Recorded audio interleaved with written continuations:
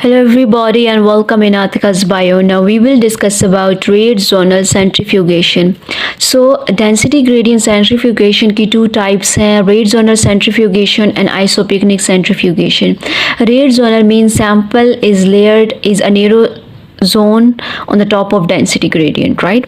So rate zonal centrifugation के case में जो centrifugation का प्रोसेस होता है उसमें कोई भी सैंपल या ऑर्गेनेलिज जो है उसकी सेपरेशन साइज़ और शेप की बेस पर होती है. इस केस में डेंसिटी बेस सेपरेशन नहीं होती.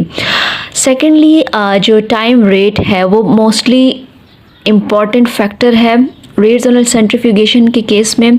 मींस कि अगर टाइम रेट जो है या रिवोल्यूशन पर मिनट लो है तो वो मोस्टली रेट जोनल सेंट्रीफ्यूगेशन के केस में उसका यूज़ होगा. अगर वो हाई हो जाता है तो ऑर्गेनली जो है वो लेयर्ड की फॉर्म में शॉन होने की बजाय वो बॉटम पे डिपॉजिट होना स्टार्ट हो जाएंगी, तो हमें एक्यूरेट रिजल्ट नहीं मिल सकेगा. सो इस केस में जो ऑर्गेनली होती है या कोई भी जो सैंपल जिसका हम यूज़ कर रहे हैं उसकी डेंसिटी हमेशा हाई होनी चाहिए as compare to the solution density.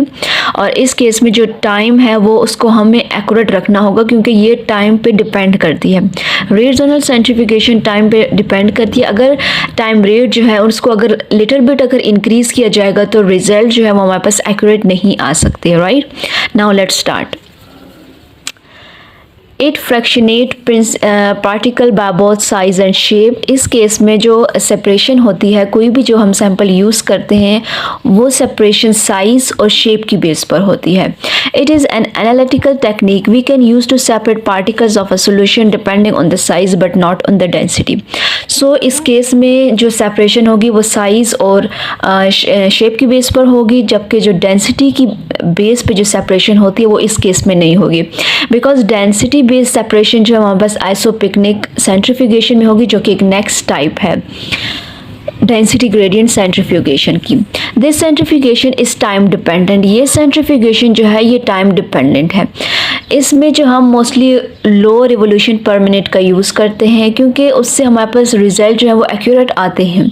अगर हम उसको ज़रा सा भी हाई कर देंगे, टाइम रेट को ज़रा सा भी इंक्रीज़ करेंगे, एक तो हमारे पास रिज़ल्ट सही नहीं आएगा और दूसरा ये कि जो वो ऑर्गेनली जिनका साइज़ ज़्यादा है या जिनकी डेंसिटी ज़्यादा है तो वो बॉटम पे डिपॉजिट होना स्टार्ट हो जाएंगी. तो इस तरीके से हमारे पास रिज़ल्ट सही नहीं आ सकता.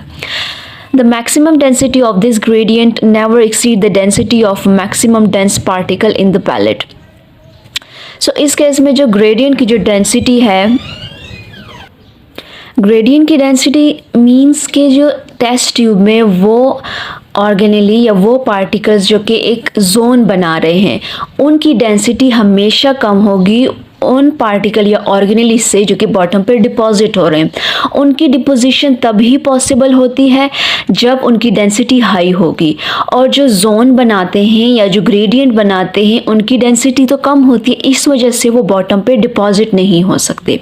सो इसीलिए कहा जाता है कि जो ग्रेडियंट बनेगा उनकी डेंसिटी एक्सीड नहीं करनी चाहिए पैलेट की डेंसिटी से. राइट सो इसका क्या यूज़ होता है, कहाँ पर इसको यूज़ किया जाता है. It is used for separation of viruses as they have a component that are of different sizes that are unique to each viruses. Like इस केस में ये मोस्टली यूज़ की जाती है वायरस की सेपरेशन के लिए क्योंकि उनमें कुछ डिफरेंट कंपोनेंट्स होते हैं. इस बेस पर हम रेट जोनल सेंट्रीफ्यूगेशन का यूज़ करते हैं. Fractionation of RNA on sucrose gradient. RNA की फ्रैक्शनेशन की जाती है सक्रोज ग्रेडियंट से. उसमें भी रेट जोनल सेंट्रीफ्यूगेशन का यूज़ किया जाता है.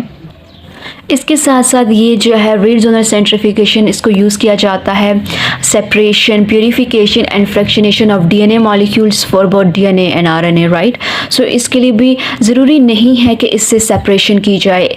रेट जोनल सेंट्रीफ्यूगेशन से प्यूरिफिकेशन भी की जाती है, फ्रैक्शनेशन भी की जाती है और सेपरेशन भी की जाती है. इसके साथ साथ राइबोसोमल सब यूनिट की सेपरेशन के लिए भी हम रेट जोनल सेंट्रीफ्यूगेशन का मोस्टली यूज़ करते हैं. So this is all about rate zonal centrifugation. In the next lecture we will discuss further. Up to that, thanks for watching.